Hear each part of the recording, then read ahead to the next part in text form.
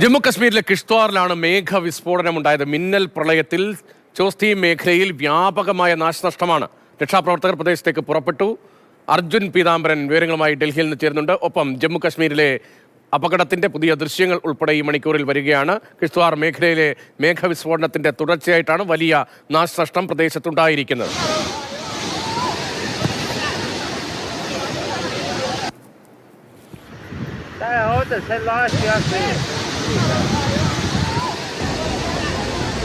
അർജുൻ, എപ്പോഴായിരുന്നു മേഘവിസ്ഫോടനം? ഇപ്പോഴത്തെ സാഹചര്യം എങ്ങനെയാണ്? എത്ര പേർ അപകടത്തിൽപ്പെട്ടു എന്നതുമായി ബന്ധപ്പെട്ട പ്രാദേശികമായി ലഭിക്കുന്ന പ്രാഥമിക വിവരങ്ങൾ എന്തെല്ലാമാണ്?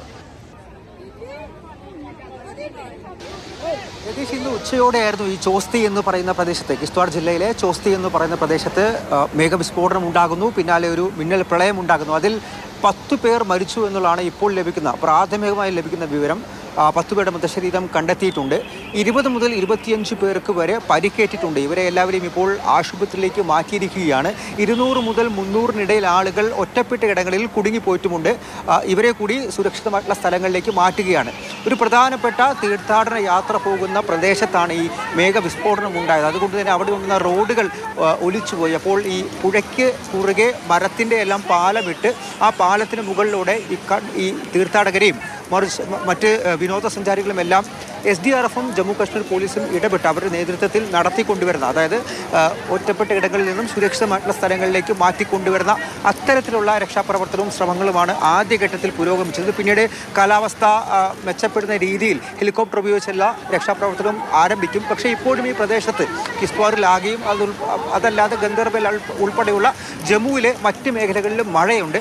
അടുത്ത 3 മണിക്കൂറും മഴ നിലനിൽക്കും. അതുകൊണ്ട് ഹെലികോപ്റ്റർ സർവീസ്, രക്ഷാപ്രവർത്തനത്തിന് പോലും ഹെലികോപ്റ്റർ സർവീസ് ഉപയോഗിക്കാൻ പറ്റുന്ന ഒരു അവസ്ഥയല്ല അവിടെ ഇപ്പോൾ ഉള്ളത്. അക്കാര്യം തന്നെ കേന്ദ്രമന്ത്രി ജിതേന്ദ്ര സിംഗും വ്യക്തമാക്കിയിട്ടുണ്ട്.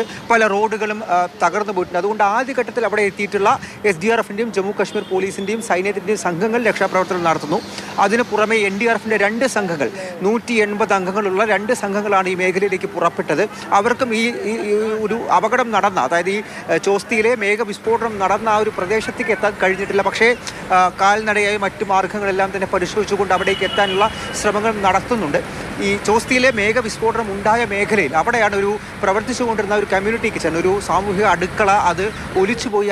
അതിനകത്തുണ്ടായിരുന്നവരാണ് മരിച്ചത്. അവരുടെ മൃതശരീരങ്ങൾ ഇപ്പോൾ കണ്ടുകിട്ടിയിരിക്കുന്നു.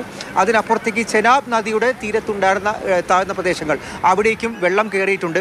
വാഹനങ്ങൾ ഒഴുക്കിൽപ്പെടുന്നതും വാഹനത്തിനകത്ത് നിന്ന് ആളുകൾ രക്ഷപ്പെട്ട് പുറത്തേക്ക് ഓടുന്നതിൻ്റെ ദൃശ്യങ്ങളെല്ലാം തന്നെ ഇപ്പോൾ വന്നുകൊണ്ടിരിക്കുന്നുണ്ട്. ഇതിൻ്റെ ഒരു രൂക്ഷ സ്വഭാവം വരുന്നത് ഈ തീർത്ഥാടന കാലമാണ്. മാത്രമല്ല, ഈ പറയുന്ന തീർത്ഥാടന യാത്ര അത് നടത്താൻ വേണ്ടി ഒരുപാട് ആളുകൾ അവിടേക്ക് എത്തിയിരുന്നു. അവരെല്ലാവരും അകപ്പെട്ടു പോയതാണ് പ്രശ്നമായത്. പക്ഷേ അവരെല്ലാവരും ഇപ്പോൾ സുരക്ഷിത സ്ഥാനങ്ങളിലേക്ക് മേഖലയാണോ, തീർത്ഥാടകർ യാത്രക്കാരായ ആളുകളാണോ ഈ കിഷ്ത്വാറിലെ മേഘവിസ്ഫോടനത്തിൽ അകപ്പെട്ടു പോയത്? ഈ മരിച്ചവരുമായി ബന്ധപ്പെട്ട വിവരങ്ങളൊക്കെ കേന്ദ്ര സർക്കാരും പ്രാദേശിക ഭരണകൂടവും പങ്കുവയ്ക്കുന്നുണ്ടോ അർജുൻ? തീർത്ഥാടകരോ വിനോദസഞ്ചാരികളോ ഒഴുക്കിൽപ്പെട്ട് പോയിട്ടില്ല എന്നാണ് നിലവിൽ അവിടെയുള്ള ഈ കിഷ്ത്വാറിലെ ജില്ലാ കളക്ടർ അടക്കം വ്യക്തമാക്കിയിരിക്കുന്ന കാര്യം. ഞാൻ നേരത്തെ വ്യക്തമാക്കിയ പോലെ ചോസ്തി മേഖലയിൽ പ്രവർത്തിച്ചിരുന്ന ഒരു കമ്മ്യൂണിറ്റി കിച്ചൺ, ഒരു സാമൂഹിക അടുക്കള, അത് ഒലിച്ചുപോയി. അതിനകത്തുണ്ടായിരുന്ന, അതിൽ പ്രവർത്തിച്ചിരുന്ന 10 പേരാണ് മരിച്ചത്. ആ 10 പേരുടെ മൃതശരീരങ്ങൾ കണ്ടെത്തിയിട്ടുമുണ്ട്. 20 മുതൽ 25 പേർക്ക് പരിക്കേറ്റിട്ടുണ്ട് ഒഴുകിൽപ്പെട്ടു പോയിട്ട്. അവരെ രക്ഷപ്പെടുത്തിയിരിക്കുന്നു, ആശുപത്രിയിലേക്ക് കൊണ്ടുവന്നിരിക്കുന്നു. പക്ഷേ ഈ ചോസ്തിയിൽ തന്നെ പല വീടുകളും ഭാഗികമായി, അതായത് വീടുകളുടെ ആദ്യത്തെ ഒരു നിലയിലെല്ലാം മണ്ണ് കയറിയിട്ടുണ്ട്, വെള്ളം കയറിയിട്ടുണ്ട്, വാഹനങ്ങൾ ഒഴുക്കിൽപ്പെട്ടു പോയിട്ടുണ്ട്. അപ്പോൾ അതിനകത്തുള്ള തിരച്ചിലാണ് ഈ ഒരു ഘട്ടത്തിൽ പുരോഗമിച്ചുകൊണ്ടിരിക്കുന്നുണ്ട്. അതിനകത്ത് ആരെങ്കിലും ഉൾപ്പെട്ടിട്ടുണ്ടോ എന്നുള്ള കാര്യം കൂടി മനസ്സിലാക്കിയ ശേഷമേ ഒരു വ്യക്തമായിട്ടുള്ള സ്ഥിരീകരിച്ച പുതിയൊരു കണക്ക് പുറത്തു വരുള്ളൂ എന്നുള്ള കാര്യം തന്നെയാണ് മുഖ്യമന്ത്രി ഒമർ അബ്ദുള്ളയും വ്യക്തമാക്കിയിരിക്കുന്നത്. അതായത് ഈ കാലാവസ്ഥ മോശമാണ്, മാത്രമല്ല റോഡും വ്യോമഗതാഗതം പോലും സാധ്യമാകാത്തൊരവസ്ഥയിൽ വാർത്തകൾ, അവിടെ നിന്നുള്ള റിപ്പോർട്ടുകൾ വരുന്നതും വൈകിയാണെന്നുള്ള കാര്യമാണ് ഒമർ അബ്ദുള്ള വ്യക്തമാക്കിയിരിക്കുന്നത്. എന്തായാലും പ്രാഥമിക ഘട്ടത്തിൽ ഇപ്പോൾ ഗ്രേറ്റർ കാശ്മീർ ഉൾപ്പെടെയുള്ള മാധ്യമങ്ങൾ, പ്രാദേശിക മാധ്യമങ്ങൾ നൽകുന്ന വിവരമാണ് 10 പേർ മരിച്ചു എന്നുള്ളതും 300-ൽ അടുത്ത ആളുകൾ അവിടെ ഒറ്റപ്പെട്ടിട്ടുണ്ട്. അവരെ എല്ലാം രക്ഷപ്പെടുത്തിക്കൊണ്ടിരിക്കുകയാണ്, ഈ സുരക്ഷിതമായിട്ടുള്ള സ്ഥലങ്ങളിലേക്ക് എത്തിച്ചുകൊണ്ടിരിക്കുകയാണ് എന്നുള്ള കാര്യവും.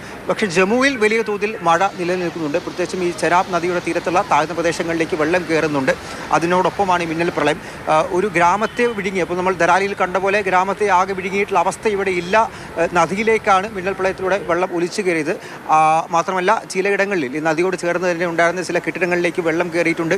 അങ്ങനെയുള്ള അപകടങ്ങളാണ് കൂടുതൽ റിപ്പോർട്ട് ചെയ്തുകൊണ്ടിരിക്കുന്നത്. പക്ഷേ സ്ഥിതി വഷളാണ്. കാരണം റോഡുകൾ ഒലിച്ചു പോയതും ഇപ്പോൾ വ്യോമഗതാഗതം ഹെലികോപ്റ്റർ കൊണ്ടുള്ള രക്ഷാപ്രവർത്തനം സാധ്യമാകാത്തതും വരുന്ന മണിക്കൂറിൽ ഒരുപക്ഷെ ഇന്ന് രാത്രിയോടെ കാലാവസ്ഥ മെച്ചപ്പെട്ടു കഴിഞ്ഞാൽ ഹെലികോപ്റ്റർ വഴിയുള്ള രക്ഷാപ്രവർത്തനം സാധ്യമാകും എന്നുള്ള കാര്യം തന്നെയാണ് കിശ്ത്വാറിലെ ജില്ലാ കളക്ടറും അതുപോലെ അവിടുത്തെ ഭരണകൂടവും എല്ലാം വ്യക്തമാക്കിയിരിക്കുന്നത്.